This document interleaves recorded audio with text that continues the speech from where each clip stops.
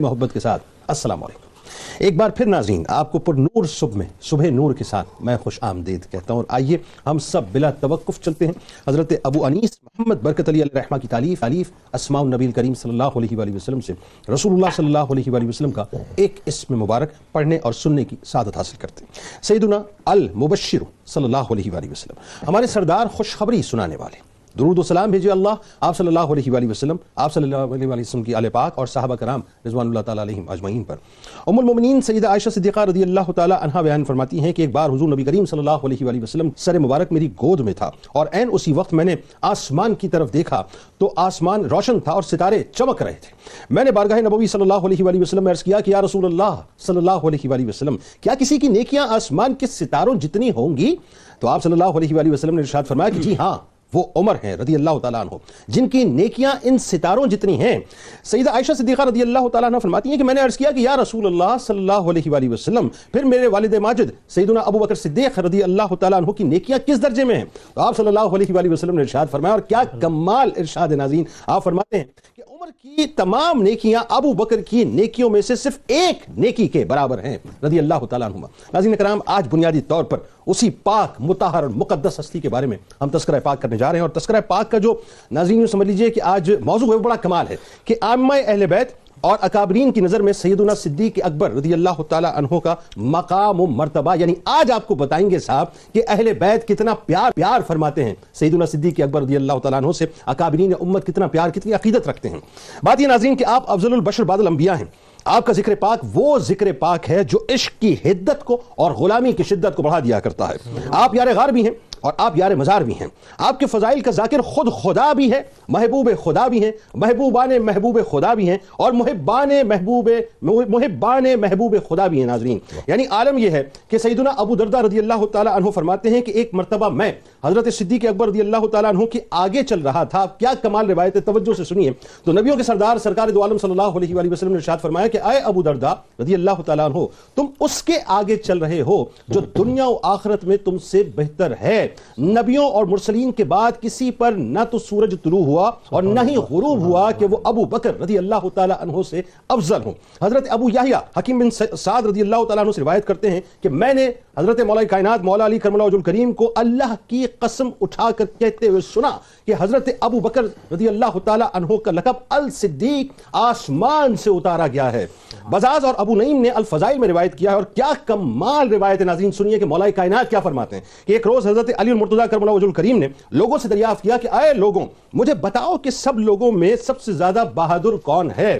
لوگوں نے کہا ہمیں تو معلوم نہیں، آپ ہی فرمائیے۔ امیر المومنین نے، اب اس وقت آپ امیر المومنین ہیں ناظرین، یہ بھی ذرا توجہ رہے، آپ کی بڑی کمال اور بڑی کام کی روایت ہے یہ۔ امیر المومنین نے فرمایا کہ سب لوگوں سے زیادہ بہادر ابو بکر صدیق رضی اللہ تعالیٰ عنہ ہیں۔ پھر فرماتے ہیں کہ میں نے ایک روز دیکھا کہ قریش نے حضور نبی کریم صلی اللہ علیہ وآلہ وسلم کو پکڑا ہوا ہے، کوئی زد و کوب کر رہا ہے، کوئی معاذ اللہ گالیاں بک رہا ہے، اور وہ کہہ رہے ہیں کہ تم وہ ہو جس نے بہت سے خداؤں کو ایک خدا بنا دیا ہے۔ اس وقت وہ اس قدر غضبناک اور بپرے ہوئے تھے کہ ہم میں سے کسی کو جرت نہ تھی کہ آگے بڑھے اور سرکار دو عالم صلی اللہ علیہ وآلہ وسلم کو ان کی گرفت سے چھڑائے۔ حضرت ابو بکر صدیق رضی اللہ تعالیٰ عنہ اس وقت تنہا کفار کے اس گروہ سے ان پر جھپٹ پڑے، کسی کو مار رہے تھے، کسی سے ہاتھا پائی کر رہے تھے، کسی کو اس خست پر لان تان کر رہے تھے، اور یہ فرما رہے تھے کہ خدا تمہارا ستیہ ناز کرے کہ کیا تم ایسے شخص کو قتل کرنے کے درپے ہو جو یہ کہتا ہے کہ میرا پروردگار اللہ تبارک و تعالیٰ ہے۔ اس کے بعد کیا ہوا ناظرین، وہ ذرا توجہ سے سنیے کہ پھر حضرت علی کرم اللہ وجہ الکریم نے جو چادر اپنے اوپر لپیٹی ہوئی تھی اسے اٹھایا اور اتنا روئے کہ داڑھی مبارک کی آنسو جو ہے، داڑھی مبارک پر آنسو آ گئے، یعنی داڑھی مبارک آنسوؤں سے تر ہو گئی۔ اور پھر آپ نے لوگوں سے پوچھا کہ میں تمہیں خدا کا واسطہ دے کر پوچھتا ہوں کہ مجھے بتاؤ کہ آل فرعون کا مومن بہتر ہے یا ابو بکر صدیق رضی اللہ تعالیٰ عنہ بہتر ہے؟ لوگ خاموش ہو گئے ناظرین۔ آپ نے انہیں پھر جھنجھوڑا اور فرمایا کہ میرے سوال کا جواب کیوں نہیں دیتے؟ پھر خود ہی آپ نے جواب دینا شروع کیا کہ بخدا ابو بکر صدیق رضی اللہ تعالیٰ عنہ کی حیات طیبہ کی ایک گھڑی آل فرعون کے مومن کی ساری زندگی سے بہتر ہے۔ وہ اپنا ایمان چھپاتا تھا اور ابو بکر صدیق رضی اللہ تعالیٰ عنہ اپنا ایمان کا ببانگ دوہل اعلان فرمایا کرتے تھے۔ آپ کی جرت کا ناظرین عالم یہ تھا، میں ذرا سا وقت اضافی لے رہا ہوں، آپ کی جرت کا یہ عالم تھا کہ ہجرت سے قبل حضرت ابو بکر صدیق رضی اللہ تعالیٰ عنہ نے اپنے گھر کے صحن میں مسجد بنائی ہوئی تھی۔ چنانچہ حضرت عائشہ صدیقہ رضی اللہ تعالیٰ عنہ فرماتی ہیں کہ میں نے ہوش سنبھالا تو والد دین اسلام پر عمل کرتے تھے، کوئی دن نہیں گزرتا تھا مگر رسول اللہ صلی اللہ علیہ وآلہ وسلم دن کے 2 کناروں میں صبح و شام ہمارے گھر تشریف لاتے. پھر ابو بکر صدیق رضی اللہ تعالیٰ عنہ کو خیال آیا کہ اپنے گھر میں صحن میں مسجد بنا لیں. پھر وہ اس میں نماز پڑھتے تھے, بآواز بلند قرآن کی تلاوت کرتے تھے. مشرکین کے بیٹے, ان کی عورتیں سن کر تعجب کرتے تھے. یعنی آپ کی جرت اور بہادری کا یہ عالم تھا ناظرین. اور آخری حسین سی بات عرض کر رہا ہوں, اور بڑی کمال بات ہے صاحب, ریکارڈ پہ لے لیجئے اس بات کو, کہ انسان اپنے بچوں کا نام جب رکھتا ہے ناظرین تو 3 باتیں اس کے سامنے کم و بیش ہوتی ہے. ایک تو یہ کہ نام یا تو اسے بہت پسند ہو, یا اس کے معنی بہت پسند ہو, یا جو جن کی کلاس اور اوپر کی ہوتی ہے, سوچ اوپر کی ہوتی ہے, وہ پھر سرکار علیہ السلام کے اس قول پہ عمل کرتے ہیں کہ کسی اچھے کے نام پر اپنے بچے کا نام رکھ لیا جائے. اب بات یہ ناظرین کہ یہ جو نام رکھنے کا معاملہ ہے اس میں ذہن میں رکھیے گا کہ جو لوگ اچھوں کے نام پر نام رکھتے ہیں نا, وہ آئیڈیلائز کرتے ہیں, یہ بھی خیال رکھیے گا. یعنی کسی دشمن کے نام پر نام نہیں رکھ سکتے. جو نظریاتی طور پہ اس بات کو سمجھتے ہیں کہ سرکار نے فرمایا کہ اچھوں کے نام پہ نام رکھو, تو وہ وہی رکھے گا جو سب سے اچھا ہو, کیونکہ بچے کے لیے انسان جب چوز کرتا ہے تو بہترین نام کو چوز کرتا ہے. مولا کائنات مولا علی کرم اللہ وجہ الکریم کا پیار دیکھیں ناظرین صدیق اکبر رضی اللہ تعالیٰ عنہ کے ساتھ, کہ اپنے بیٹے کا نام رکھا تو ابو بکر رکھا رضی اللہ تعالیٰ عنہ, ایک بیٹے کا نام عمر رکھا, ایک بیٹے کا نام عثمان رکھا رضی اللہ تعالیٰ عنہ. اور بات یہ رکی نہیں, امام حسن پہ چلی جائیے تو یہی محبت وہاں جا کر جو ہے منتقل ہو گئی کہ آپ نے بھی اپنے ایک بیٹے کا نام ابو بکر رکھا رضی اللہ تعالیٰ عنہ. بس ناظرین آج گفتگو ہوگی سیدنا صدیق اکبر رضی اللہ تعالیٰ عنہ کے مقام اور مرتبہ, آئین بیت اور اکابرین امت کی نگاہ میں. ممتاز پینلسٹ ہمارے ساتھ موجود ہیں. پہلی شخصیت محترم جناب مفتی محمد اسحاق مدنی صاحب, دوسری شخصیت محترم جناب مفتی محمد اسماعیل نورانی صاحب, اور تیسری شخصیت محترم جناب ڈاکٹر عمیر محمود صدیقی صاحب. انشاءاللہ ملک معروف ثنا خان جناب حسان بن خورشید آخر میں منقبت کا نذرانہ بھی پیش کریں گے. آپ تینوں اب آپ کو خوش آمدید. السلام علیکم. وعلیکم السلام. بس وہ کچھ آج فرت محبت میں ذرا اضافی بول گیا, آپ سے آغاز کرتے ہیں. کیا فرمائیں گے, قرآن کیا کہتا ہے صدیق اکبر رضی اللہ تعالیٰ عنہ کے بارے میں؟ بسم اللہ الرحمن الرحیم. بہت شکریہ, اور بہت حسین گفتگو کے بعد اس موضوع پر ظاہر ہے کہ جتنا بولا جائے, جتنی گفتگو کی جائے, کیونکہ آپ کی شخصیت کے جو مختلف پہلو ہیں, اور خاص طور پر آپ دیکھیے کہ قرآن پاک میں جہاں بھی یا ایھا الذین آمنوا ہے اس کا مخاطب آپ ہیں. اللہ یا ایھا الناس سے جب خطاب کیا جا رہا ہے تو لوگوں میں حضرات انبیاء کرام علیہم السلام کے بعد اگر کوئی خطاب ہے تو وہ آپ کی ذات مبارکہ ہے. قرآن پاک میں اللہ تبارک و تعالیٰ نے جب واقعہ ہجرت کو بیان فرمایا تو ثانی یسعینی اذ ہما فی الغار اذ یقول لصاحبہ, کہ آپ کا ذکر فرمایا, اور یہیں سے آپ کی صحابیت کو ثابت فرمایا گیا.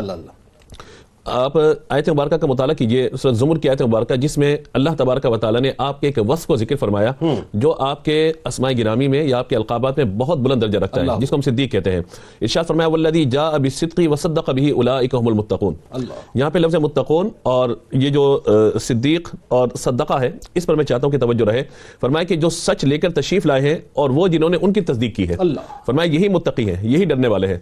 اور خاص طور پہ اللہ تبارک و تعالیٰ نے سورۃ اللیل میں جو آپ کا ذکر فرمایا فاما من اعطى واتقى وصدق بالحسنى, یعنی ایک جگہ پہ تقوی کا ذکر فرمایا اور ایک جگہ پہ اس سے بلند درجہ اتقا کا ذکر فرمایا. فاما من اعطى واتقى وصدق بالحسنى, فاما من اعطى یعنی ہم نے جس کو عطا کیا پھر اس نے وہ خرچ کیا.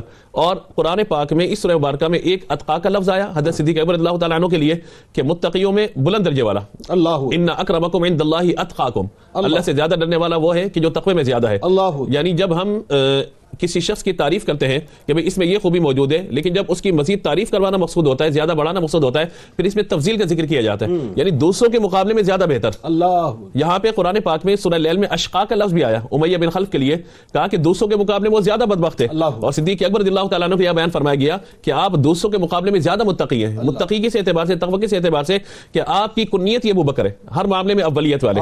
آپ اول صادق بھی ہوئے, اول مصدق بھی ہوئے, اول حضور صلی اللہ تعالیٰ علیہ وسلم کا ساتھ دینے والے بھی ہوئے, اور حضور صلی اللہ تعالیٰ علیہ وسلم کے ساتھ اول نماز پڑھنے والے بھی ہوئے.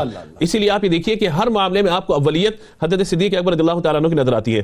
میں جلدی سے ایک اور روایت آپ کے سامنے پیش کروں کہ جس میں اللہ تبارک و تعالیٰ کی طرف سے جو آیت مبارکہ نازل ہوئی, فرمایا فاعف عنہم واستغفر لهم وشاورهم في الامر فاذا عزمت فتوکل علی اللہ ان اللہ یحب المتوکلین.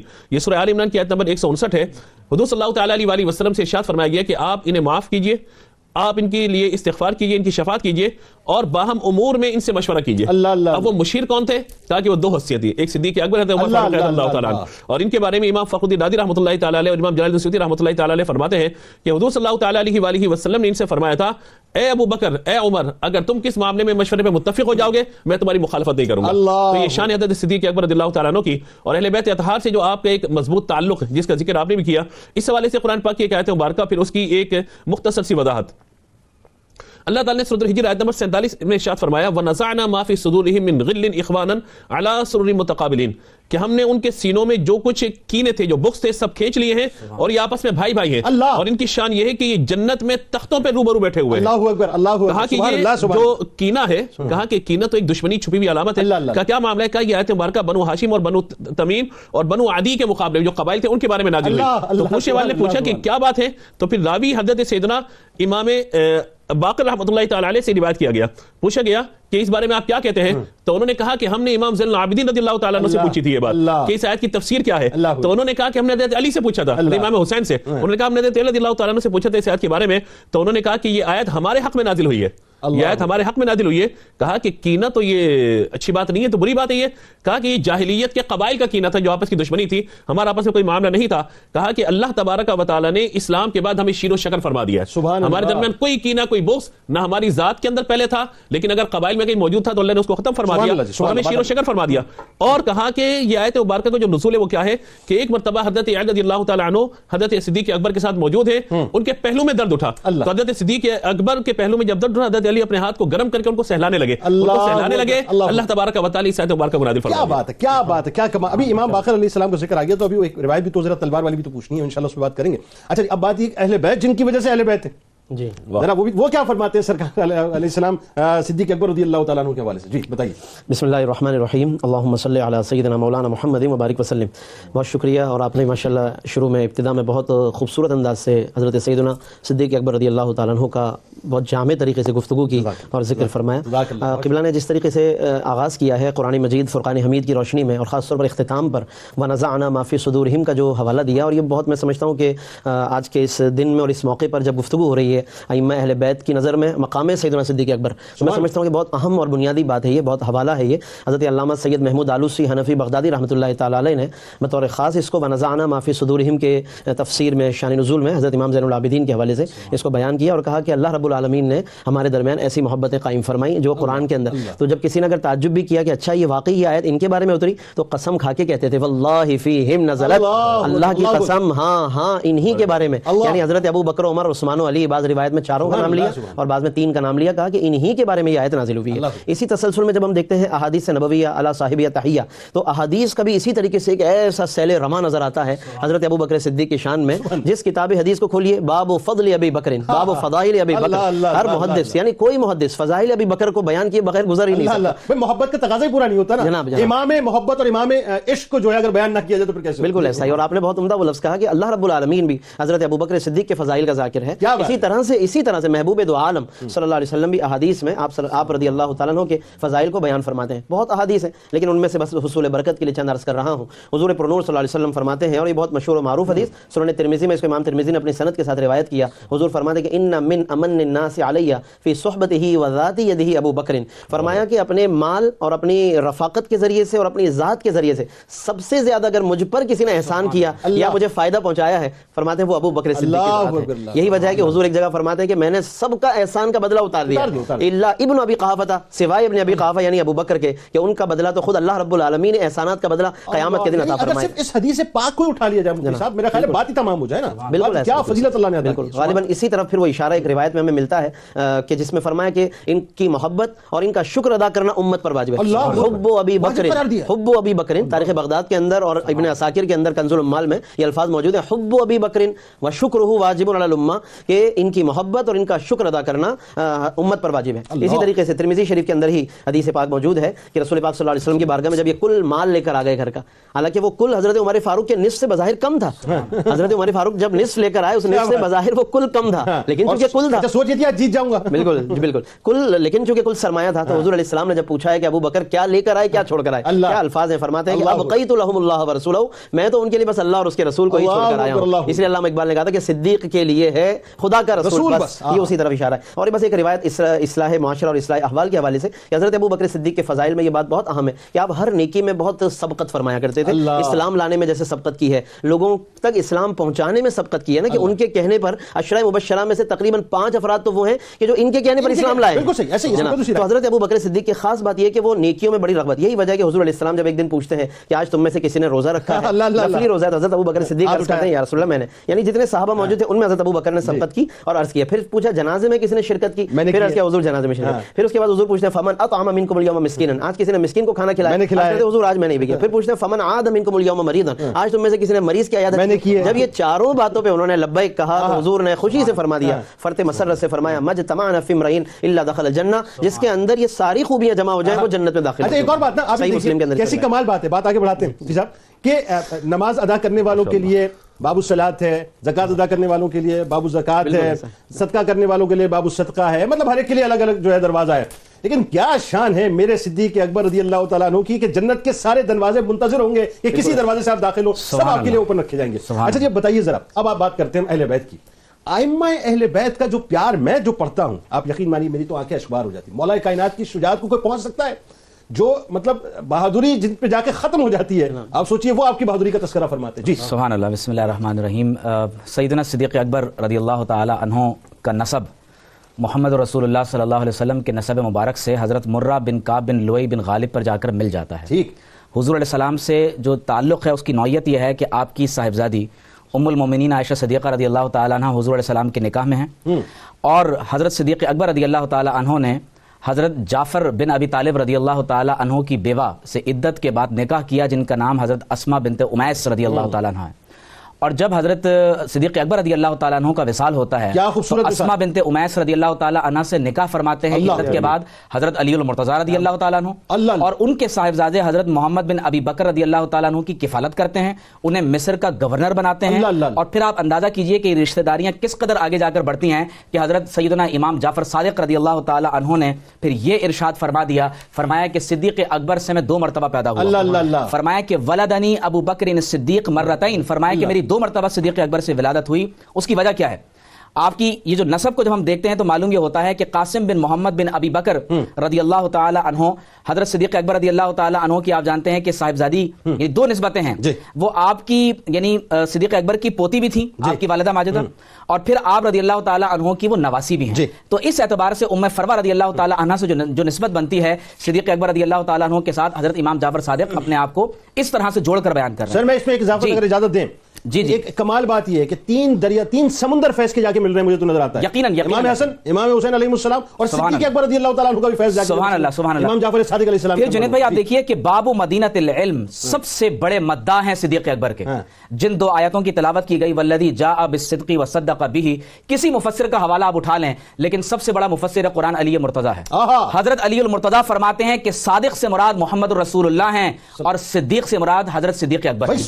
اور پھر یہ آیت مبارکہ جو آیت ہجرت ہے فانزل اللہ سکینتہ علیہ, تو کوئی اور مفسر کیا کہے, ابن عباس جو حضور علیہ السلام کے سب سے بڑے غواص ہیں, اللہ تبارک و تعالیٰ کی کتاب کے بحر العلوم ہیں, اور علی المرتضیٰ فرماتے ہیں کہ یہاں وہ شخصیت جس پر اللہ نے اپنی سکینت نازل فرمائی صدیق اکبر مراد ہیں. لوگ جھگڑتے ہیں کہ صحابہ میں سب سے افضل کون ہے, علی المرتضیٰ سے پوچھئے. امام بخاری روایت فرماتے ہیں کہ محمد بن حنفیہ آپ کے صاحبزادے فرماتے ہیں کہ میں نے اپنے بابا علی المرتضیٰ سے پوچھا کہ ای الناس خیر بعد رسول اللہ صلی اللہ علیہ وسلم, محمد رسول اللہ صلی اللہ علیہ وسلم کے بعد سب سے زیادہ افضل ترین شخصیت کون سی ہے؟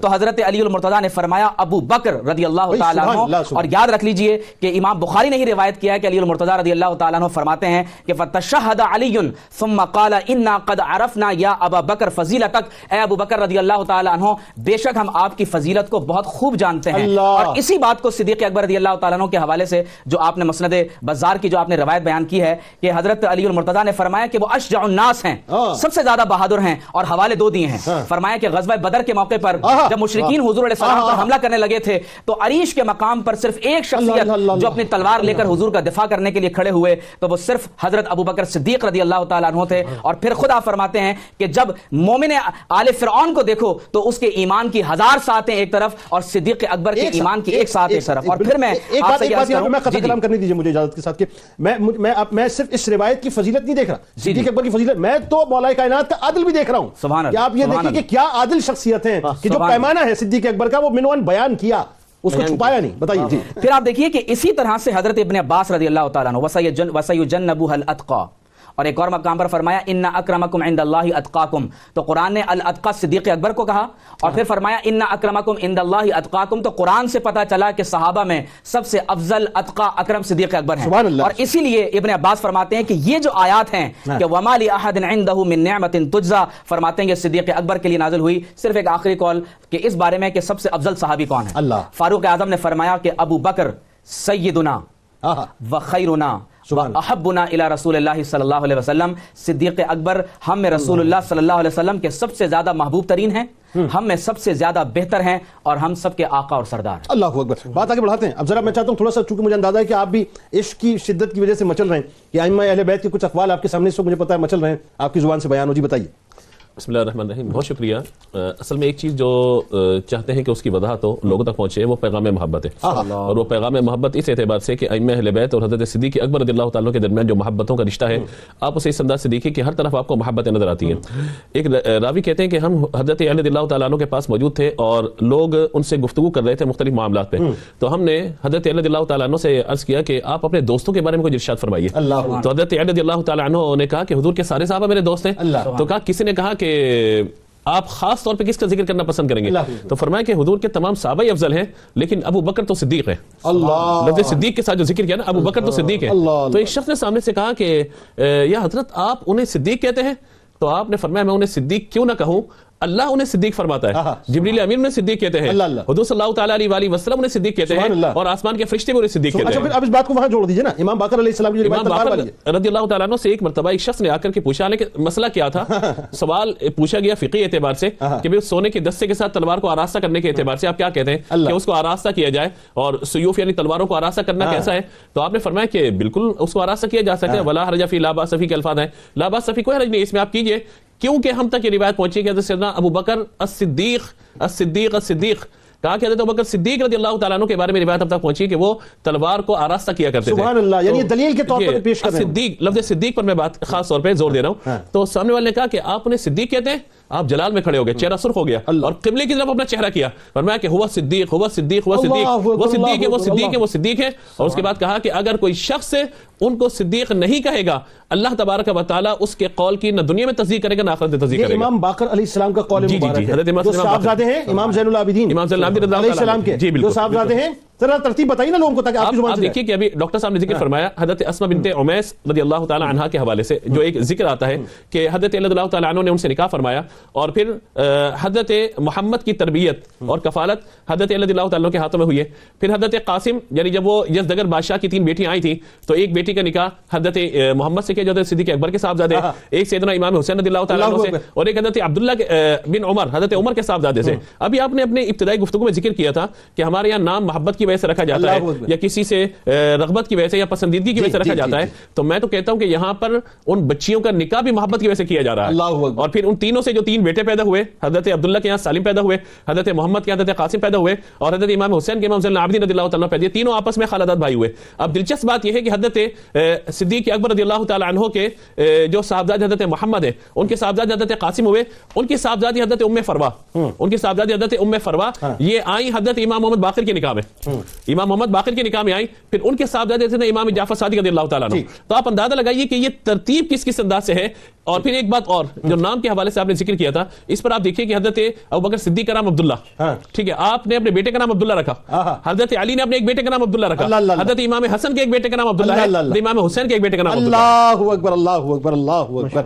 جعفر صاحب ہمارے ساتھ اس وقت ٹیلیفون لائن پہ موجود ہیں. دیکھیں عبد الجبار صاحب، السلام علیکم.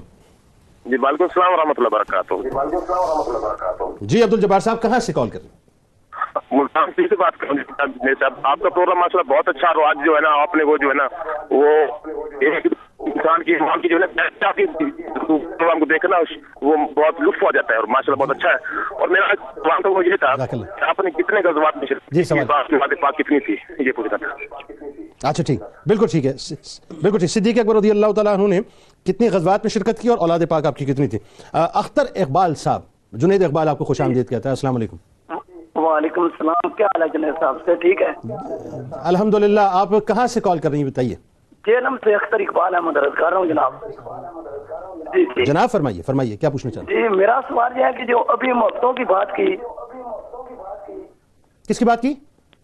جو ابھی محبتوں کی محبتوں کی بات، علی رضی اللہ تعالیٰ عنہ اور حضرت ابوبکر رضی اللہ تعالیٰ عنہ کی بڑی محبت تھی آپس میں، تو یہ جو محبتیں ہیں اب کیسے پیدا ہوں صاحب میں، علماء کا کیا کردار ہونا چاہیے اس میں کہ یہ سب مسئلے بہت اچھا، محبتیں پیدا ہو جائیں؟ بہت اچھا سوال. یہ اسی مقصد کے تحت تو یہ صبح نور کے پلیٹ فارم سے یہ وہ باتیں جاری ہیں جو ہماری تاریخ کا حصہ ہیں، لیکن بدقسمتی یہ ہے کہ اس کے اوپر نفرتوں کی اور اناد کی گرد پڑ گئی ہے. ہم کوشش کر رہے ہیں آہستہ آہستہ اس گرد کو ختم کر کے ایک بار پھر جو روشن چہرہ ہے اس تاریخ کا دوبارہ آپ کے سامنے لائیں. ہمارے ساتھ رہے ناظرین، آئیے ہم سب مل کر بات سرکار کے غلاموں کی اور سرکار پر درود پاک نہ ہو، ایسا ہو نہیں سکتا. مل کے درود پاک کے نذرانہ پیش کرتے ہیں اور پھر سلسلے کو یہیں سے اللهم صل على محمد. اللهم صل على سيدنا ومولانا محمد وعلى سيدنا علي وسيدتنا فاطمة وسيدتنا زينب وسيدنا حسن وسيدنا حسين وعلى آله وصحبه وبارك وسلم وبارك. اللهم صل على سيدنا ومولانا محمد وعلى سيدنا علي وسيدتنا فاطمة وسيدتنا زينب وسيدنا حسن وسيدنا حسين وعلى آله وصحبه وبارك وسلم. خوش آمدید خواتین و حضرات. بات ہو رہی ہے ناظرین کرام ائمہ اہل بیت اور اکابرین امت کی نظر میں حضرت صدیق اکبر رضی اللہ تعالیٰ عنہ کا مقام اور مرتبہ. مفتی صاحب، دو سوالات آئے. ایک سوال یہ آیا کہ آپ نے صدیق اکبر رضی اللہ تعالیٰ عنہ نے کتنی غزوات پہ شرکت کی، کتنی آپ کے اولادیں ہیں، اور دوسرا سوال جو ہے وہ اپنا یہ جو محبتیں کہیں کھو گئی ہیں ان محبتوں کا حصول کیسے؟ میرا خیال ہے پہلے سوال کا جواب دے کے یہیں سے جو اکابرین امت فرماتے ہیں آپ کے بات کو وہیں سے کنٹینیو کریں. بسم اللہ الرحمن الرحیم. جی، ایک تو غزوات کے حوالے سے جو سوال کیا ہے تو تمام ہی غزوات میں حضرت سیدنا صدیق اکبر رضی اللہ تعالیٰ عنہ رفیق رسول ہیں، اور حضرت مولا علی نے جو غزوات میں بہادری کا ذکر کیا تو وہ بھی اس بات کا واضح ایک بین دلیل ہے. اس کے علاوہ جو اولاد اور ازواج کا معاملہ ہے تو ازواج آپ کی 4 ہیں اور ان میں سے سبھی سے اولاد ہیں. چنانچہ پہلی جو زوجہ ام قتلہ ہیں اور ان سے حضرت سیدنا عبداللہ اور حضرت اسماء بنت ابی بکر کی ولادت ہوئی ہے. دوسری زوجہ حضرت ام رومان ہے جن سے سیدہ عائشہ صدیقہ اور حضرت عبد الرحمن بن ابی بکر کی ولادت ہوئی ہے. تیسری زوجہ حضرت حبیبہ بنت خارجہ ہیں جن سے چھوٹی بیٹی سیدہ ام کلثوم پیدا ہوئی ہیں. اور چوتھی جو زوجہ جن کا بھی ذکر خیر ہوا حضرت اسماء بنت عمیس رضی اللہ تعالی عنہا جو حضرت جعفر بن ابی طالب کی زوجہ تھیں، ان سے پھر آپ کا بعد میں ان کی یعنی شہادت کے بعد نکاح ہوا ہے اور ان سے حضرت محمد بن ابی بکر رضی اللہ تعالی عنہ کی ولادت ہوئی. تفصیلات ہیں. باقی جہاں تک دیکھیں محبتوں کا تعلق ہے تو اسی محبت ہی کے لیے یہ تمام اقوال ہم اس لیے بیان کر رہے ہیں تاکہ ان کو ہم نہ صرف اپنائیں بلکہ اپنی اولادوں کی تربیت میں اس کو شامل کر لیں. تو یقیناً اس سے جب بار بار ہم ذکر کرتے ہیں اسلاف کا، حضرت امام ابن جوزی نے ایک جگہ پر لکھا ہے، فرماتے ہیں کہ کان السلف یعلمون اولادهم حب ابی بکر و عمر. سلف صالحین اپنی اولادوں کو ابو بکر و عمر کی محبتیں سکھایا کرتے تھے، کما یعلمون سورۃ القرآن، جیسے کہ قرآن کی سورت سکھایا کرتے تھے. اس کا مطلب ہے کہ جب ابو بکر و عمر کا یہ محبت کا ذکر سکھایا جائے گا تو اس کا مطلب یہ سب رشتے آئیں گے نا کہ ان کا رشتہ اہل بیت سے کیا تھا، اہل بیت سے کیا تعلق تھا. ابھی جیسے رشتہ داریوں کا ذکر ہوا، امام جعفر صادق کا ذکر ہوا، حضرت مفتی احمد یار خان نعیمی رحمۃ اللہ تعالی علیہ نے ایک جگہ پر لکھا ہے کہ جتنے بھی سادات ہیں یہ سب کے سب سادات جو ہیں حضرت مولا علی کے پوتے ہیں اور حضرت ابو بکر کے نواسے ہیں. اللہ اکبر، یہ سب کے سب یعنی مولا علی اور ابو بکر کا یہ تعلق ہے سادات کے اندر. تو یہ پورا بیان کریں گے، دو طرفہ بیان کریں گے ننیال و ددیال کے ساتھ. یعنی بات یہ اوپر جائیں گے تو دادا کی طرف اگر جائیں گے تو نانا کی طرف بھی آنا ہوگا. بالکل، میں یہی عرض کر رہا ہوں کہ آج ان محبتوں کو جتنا فروغ دیں گے تو بالکل یہ بات کھل کر سامنے آئے گی. 2-3 اقوال کے طور پر میں عرض کرتا ہوں. حضرت مولا علی رضی اللہ تعالیٰ عنہ کا بارہا ذکر ہوا. امام احمد نے جہاں مسند ابی بکر کے عنوان سے مسند احمد کا آغاز کیا ہے تو وہیں پر بالکل ابتدا ہی کے اندر وہ ایک روایت لے کر آتے ہیں کہ حضرت علی فرماتے ہیں کہ کنت اذا سمعت من رسول اللہ صلی اللہ علیہ وسلم حدیثا، کہ جب بھی میں حضور علیہ السلام سے کوئی حدیث سنتا تھا تو یقیناً اللہ نے مجھے اس سے نفع عطا فرمایا، لیکن باقی کسی اور سے جب بھی میں کوئی حدیث سنتا ہوں تو میں اس سے حلف لیتا ہوں،